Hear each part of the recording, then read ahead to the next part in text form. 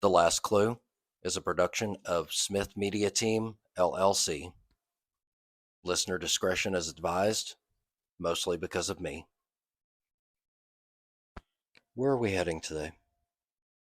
You know, I feel like it's time for a throwback, a little bit of a throwback, but also kind of our realm of a cold case.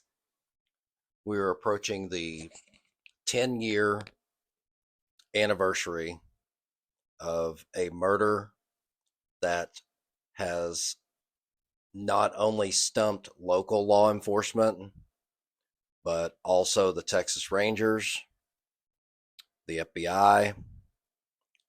There seems to be no answers, and there are a lot of people wondering why. It's true. And this one's been going on a little too long, and a lot of you probably know about this one, as there's been a lot of delving into it from the true crime community in the case of Missy Bevers out of Midlothian, Texas. Back on, what was it, April 18th of 2016? It was April 18th of 2016. So just a little bit of background. Um, Missy Beavers' first name was actually Terri, but she Yes. went by Missy. Born on August 9th, 1970 in Graham, not the cracker, Graham, Texas.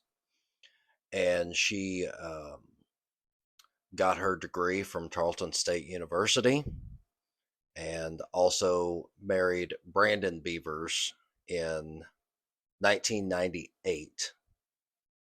She was the mother of three daughters, and um, when they had their first daughter, she was going to be a stay-at-home mom, which she was, Mhm. and then she began working as a fitness instructor, easy for me to say, um, for Camp Gladiator, which you have some familiarity with.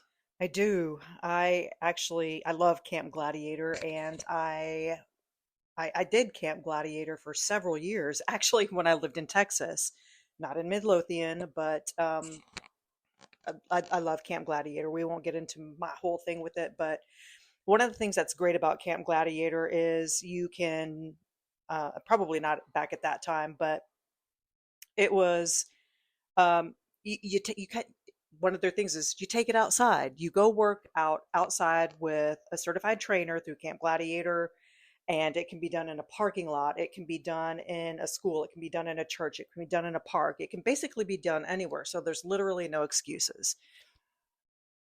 So I will put my 2 cents in. As someone who was in events at different facilities, etc., I personally am not a huge fan of Camp Gladiator, and I will tell you why. The the problem that I have is that some of the instructors can be very inconsiderate in regards to, we have a public place, we have a parking lot here, we can just set up, we'll do our class there without making a simple phone call or a simple email request saying, hey, we would like to set up in your parking lot, it's going to be early in the morning, it shouldn't interfere with anything. There's just a common courtesy for me that goes along with um, an organization that um, has instructors, has participants that pay for Camp Gladiator, and the instructors go to different spots that they don't have to pay for and set up without letting the facility or area in question know that they are going to be set up. It's typically not a problem. Well, and that's not typically how it goes either. So those instructors are like contractors for Camp Gladiator, Mhm. and those instructors typically go and research their areas, Mhm. and they speak to the owners or whatever of the place that they would like to go. If they're told no, they don't set up there. Well, I will tell you that I ran into 9 out of 10 that did not do that reconnaissance where they would just set up as they pleased. And unfortunately, it contradicted some events that I had been working on. But that is personal, doesn't have anything to do with the case. I just wanted to throw my 2 cents in for Camp Gladiator. If you are a Camp Gladiator instructor, please be aware that there are other things going on in some public places, and please be respectful. That's all I ask. Noted. So, the case of Missy Bevers has been well documented. On April 18th, 2016, there was a planned class for Camp Gladiator at Midlothian's Creekside Church of Christ. And the weather the evening before and even into the morning did not cooperate. So, as many Camp Gladiator classes do, if they can't work out inside or outside, they move inside so that they can continue their workout, stay on their schedule. Yes, one of their sayings is, if it's raining, we're still training. Now, my Camp Gladiator people out there, I'm going to have to do this, and I know what your response should be. I'd like to see it in the comments. CG. What? Okay, so anyway, it was raining, so Missy was taking it inside. So inside of the Midlothian Creekside Church of Christ, she had pulled under the awning to unload her gear, which is typical, but she wasn't alone. There was an assailant in what is being described as full tactical gear. I am sure that everybody within the sound of our voices has seen the video. Yes. If you have not, it's very easy to find. You just Google the name in this case and those videos come right up. So the assailant was again dressed head to toe in tactical gear, including helmet to protect their face. So you can't see a whole lot, but they were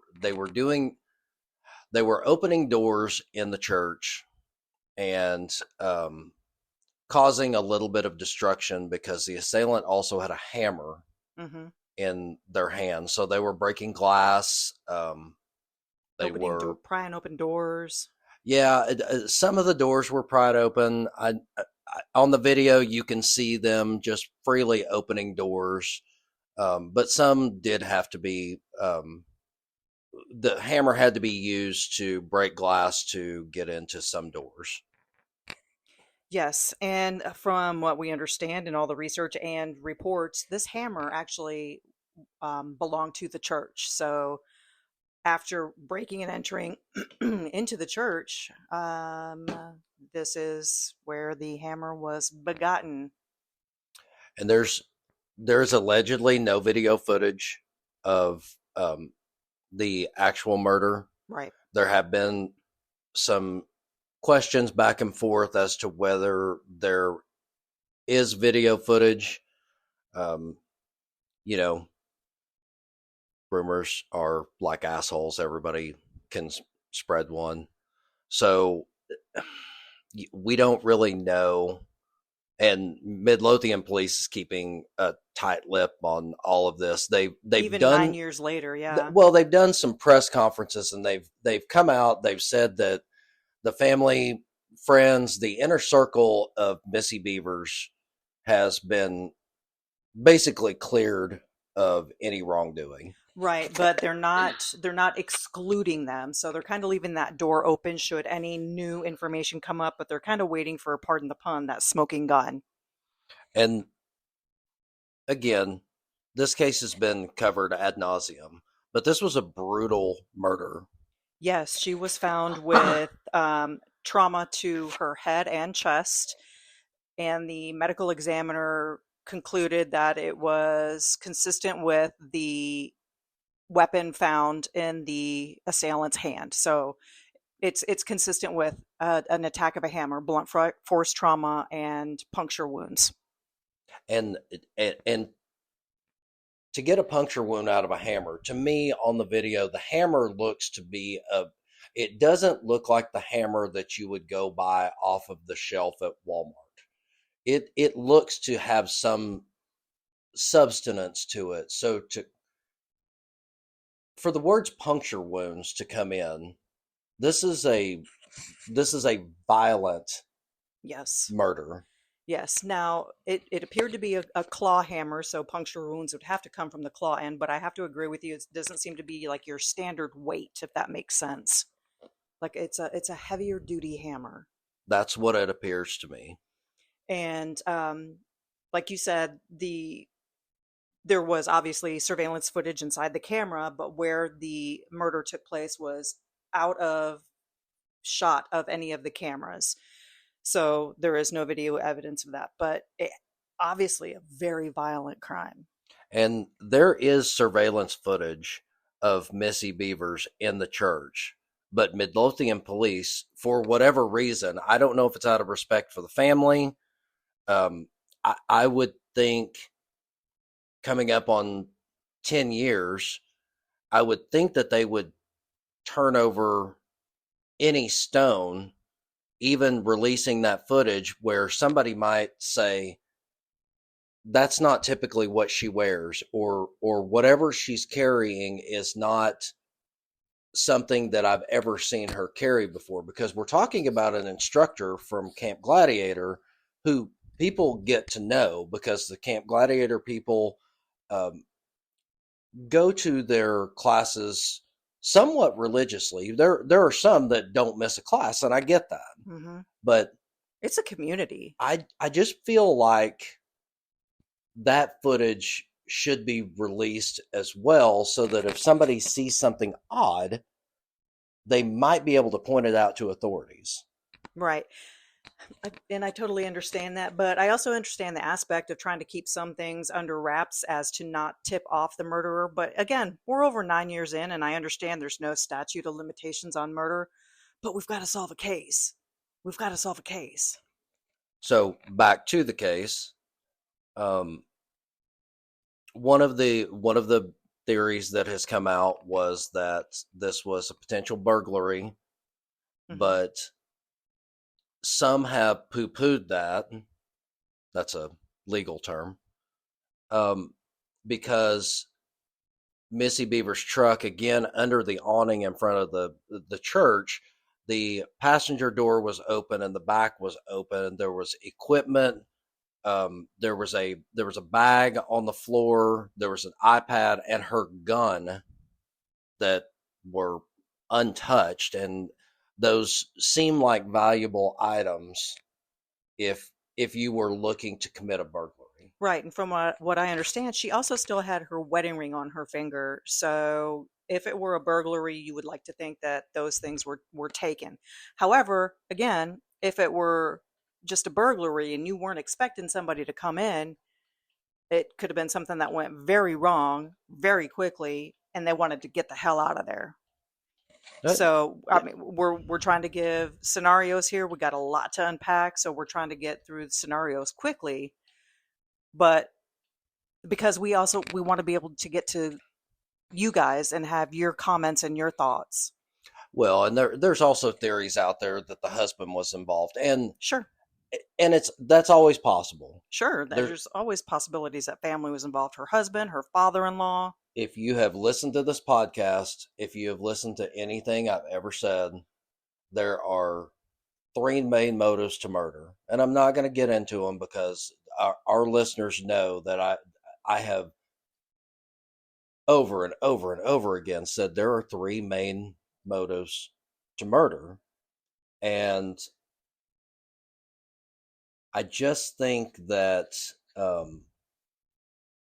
trying to blame the husband, I get it. There's always that thought that the husband might have paid someone to get rid of Missy Bevers. The family's always going to be in the crosshairs, especially again going on 10 years of an unsolved murder.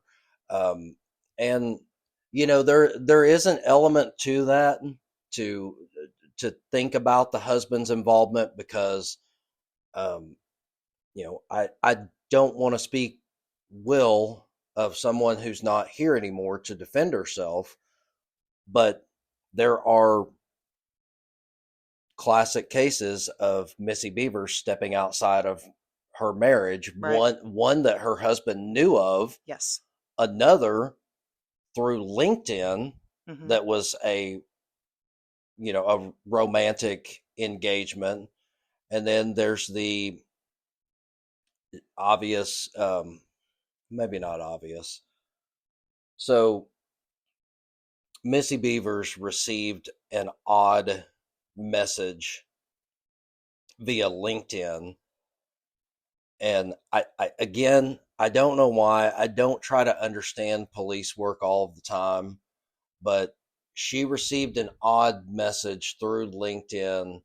Classified as creepy, even. Creepy, from a potential admirer who has never been named.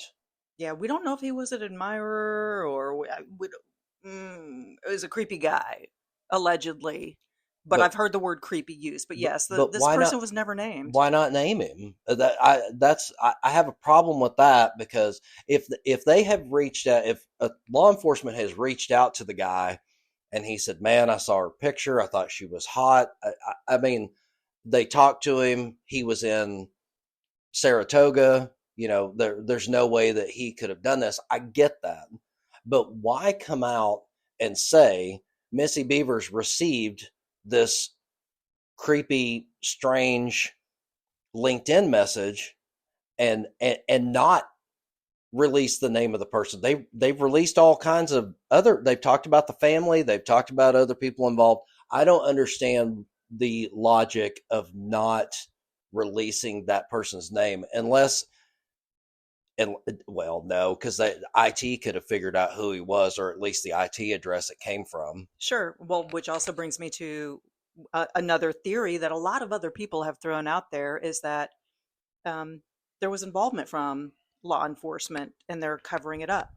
Now, again, these are theories. These are not things that have been proven, disproven. Anything is on the table at this point, because we are over 9 years into a cold case. And law enforcement involvement makes sense to me, because again, you've got somebody that pops up out of nowhere that is wearing full tactical gear. And my problem with that is that we just listened to a podcast from a guy that you really like. I actually watched the show with you, and I'm not as big a fan as you, but tell me a little bit about him and what he said. Yeah, we just actually watched Detective Perspective with Derek Levasseur, who is a former New York police detective. Very intelligent man, I think he's very intelligent, lots of experience. He's now a personal private investigator. Has a great setup. Does have a great setup, but my first dealings with him are from the reality show Big Brother, which he actually won by covering the fact that he was a homicide investigator or detective. So great show, Detective Perspective. And he mentioned that tactical gear that was ill-fitting, that you even mentioned about, could be purchased online. And therein lies one of my other problems, is that with all of the technology we have now, we may, obviously we didn't have the same technology in 2016.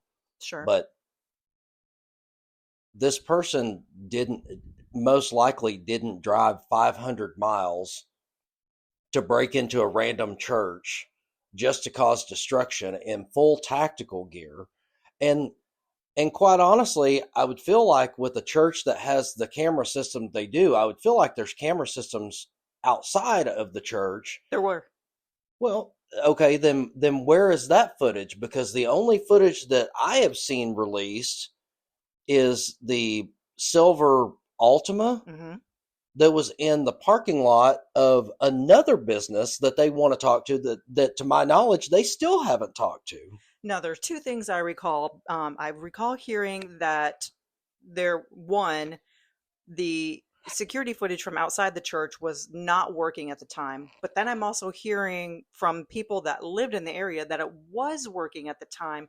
But due to the weather, the thunderstorms that sent Missy inside the church, it it was not it wasn't clear. I So I don't care if it's clear or not. I understand. So I don't know at this point. I don't know who to believe. I don't know if it was working and there weren't any clear images that they were able to get from the external parts of the church, or if it was not working. So I just think it seems odd to me that um that this everything seemed to not be working at the time except for the interior cameras. That just I understand a thunderstorm. I understand what happens during a thunderstorm. We live in Tornado Alley. I get that. it's terrifying. It's not terrifying. I stand outside and watch. I don't. But it bothers me that there's no out at this point. We don't know from what we have dove into. We don't know if the assailant drove up to the church.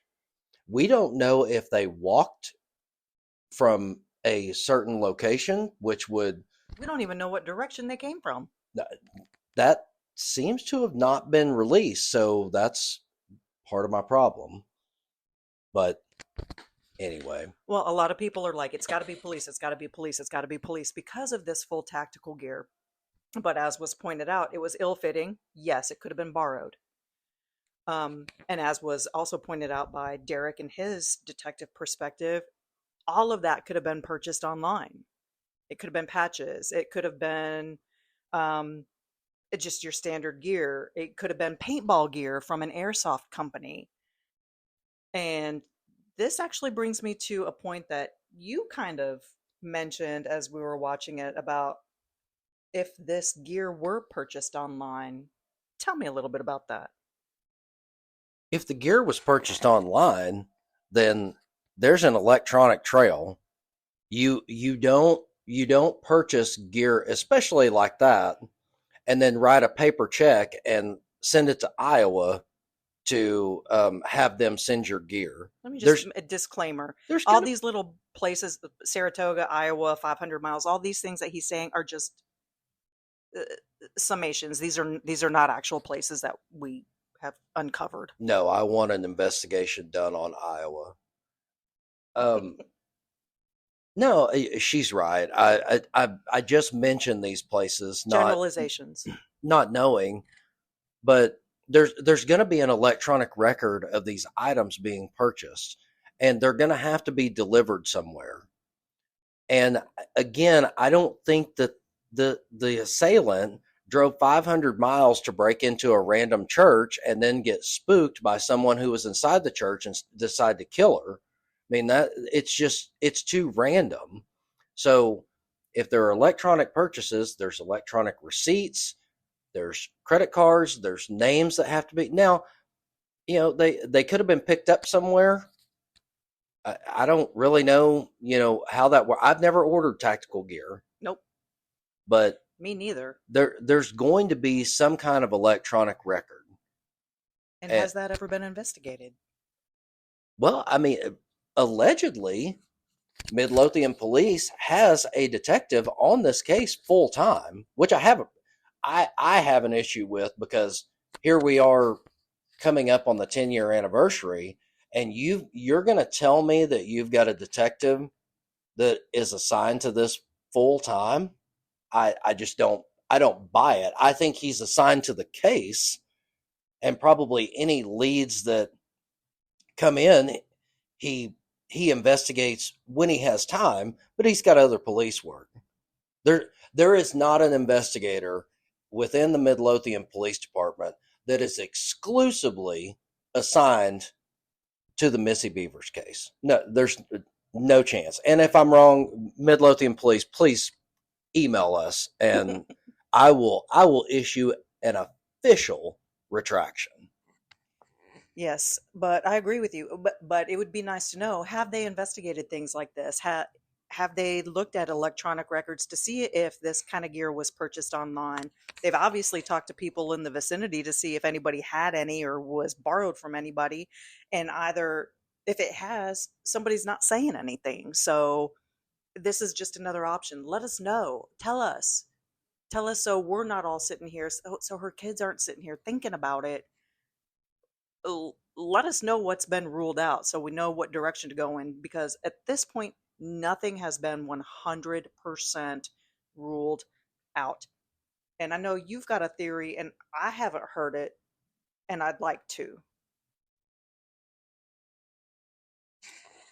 So this is just a theory, and it's not really even a working theory, but after all the research we've gone through, after a couple of our fellow podcasters we've listened to, I just started thinking about this because I was actually in the DFW area when this happened, I believe. I'm pretty sure. 2016, probably. Yeah. So I have an out there theory. Okay. So Midlothian is a suburb of Dallas, and there's a lot of money in the suburbs of Dallas. A lot of money, including Midlothian. Midlothian is a very, very nicely constructed. I won't say well-to-do because I don't feel like that's Midlothian, but there's. And I do think they were having some financial issues, so. They were. Okay. They financial and marital issues. But Midlothian, I feel like, at least for me, is an expensive place to live. So let me take you back around a year before Missy Bevers' murder. Okay. I'm headed somewhere, I promise. Okay. I'm listening. I was talking more to you than the listeners. I think the listeners have now know that I try to think this stuff out.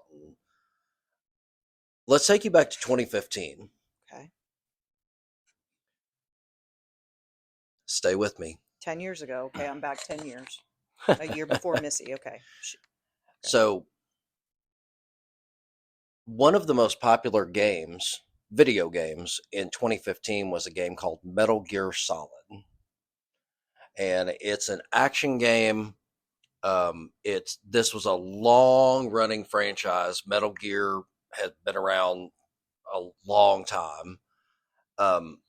But if this particular Metal Gear was called Metal Gear Solid 5, The Phantom Pain, and it focuses on effects and hazards of war, where players have the option to either choose non-violent methods to take their opponents down, or they can use firearms, explosives, knives, etc., etc. Now, this is just one of the violent games in 2015. Now, if you go into 2016, this game came out after the Missy Bevers murder. So stay with me, because this is also a franchise. One of the most violent and popular games in 2016 that came out was a game called Hitman. Mm-hmm. You are playing as a genetically enhanced assassin, and you go all over the world trying to identify specific targets to fulfill these contracts that you've been assigned by your boss. Your boss tells you, hey, you've got to go find this person, go wipe them out, and all that. Okay. You can use again, guns, knives, explosives, and more to kill guards, etc. You can also, I believe, you can also use other methods, but those are primarily what you can use in that situation. So let's go back now to the Missy Bevers video. Okay. This to me looked like someone who was familiar with the church. This was, say all you want whether this was a targeted attack or not, because there's people on both sides that Sure. we could do an Yes. entire Yes. other podcast series of people who think this was targeted versus untargeted. This person looks very familiar with the church.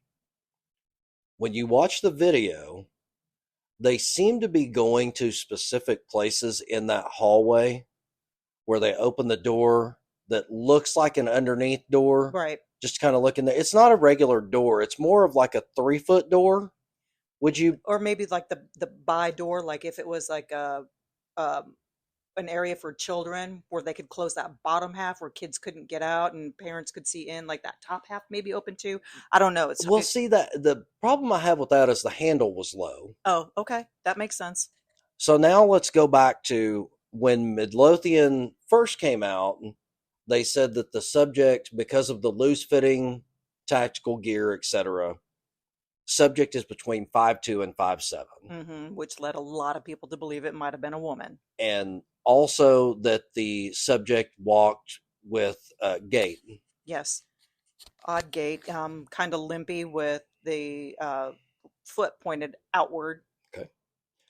Then Midlothian came out sometime later and said that they thought that the height was closer from the camera angles that they took using some type of technology. They determined that the subject was most likely around 5'7", 5'8". So that eliminated a pretty good chunk of people that they would be looking for. The reason I bring that up is because I think this is going to be out there. I think this was a teenager. Oh? I think this was a teenage male that was familiar with the church, who was isolated, that did not have a whole lot of friends, played video games, typically violent, like what I've mentioned. I didn't even mention Metal Gear Solid, but playing violent video games, knew the church, was going in just to cause havoc like what he sees in his video games. And I do believe this was a male. I know that it's pretty much 70-30, maybe 80-20 of people that think it's male versus female. Sure. It's a male. You did mention Metal Gear Solid, that and one other game. Hitman. Okay. Because So when you started talking about these video games, my first one I was thinking of was Call of Duty, but tactical gear. But I think guys, this. I am literally hearing this for the first time, and my wheels are turning. I've never heard this theory before. I think this is a teenage boy that most likely lives in that area from an affluent family that spent his time playing violent video games and decided to act out his fantasy by choosing the church to go in and cause destruction, because he bought all this gear. The parents weren't paying attention. He was getting this gear shipped to the house. Maybe little by little. I don't think he did it all. I think he really took on the fantasy role of being a character in one of these games. So part of that would be to have these items shipped little by little, like you said, to not raise any red flags in his home. I also I feel like that um, he was inserting himself into this game by using the church, by breaking glass, by trying to get into rooms. And when he encountered someone, he wasn't expecting that. This was merely a test run. He panicked and did what they do in the video games, and he took out the target. I won't say for sure, but I have a strong feeling that his parents know what happened, because I don't think that you could take all that tactical gear and have it 1 minute and not have it the next minute. I don't think that the parents knew right away, but I think over time they have probably figured it out. They have probably confronted that child. And I do think that that child has probably admitted what he has done. And I think he has only admitted it to the parents. I can't say at this point. And this, again, I just want to reiterate, this is a theory. I'm not looking at any specific household. I'm not looking at any specific kid or adult. This is something with hours upon hours upon hours of research. This is a theory that I've come up with. I think, again, I think that kid has admitted it to his parents. I think his parents have enough money and have kept it a family secret. He is most likely an only child. I should have mentioned that early on. He's most likely an early child. And honestly, I don't know if the kid or the parents are still with us. I truly think that this might have been a fantasy gone wrong and a secret that has been taken to the grave. Or out of Texas. Maybe they've moved. Maybe Could they've be. moved far, far away. I don't that's a really interesting theory. I'm really going to have to put my hat on about that one, but I'm not like I said at the beginning, nothing is off the table at this point. We just had the 9-year anniversary of this in April.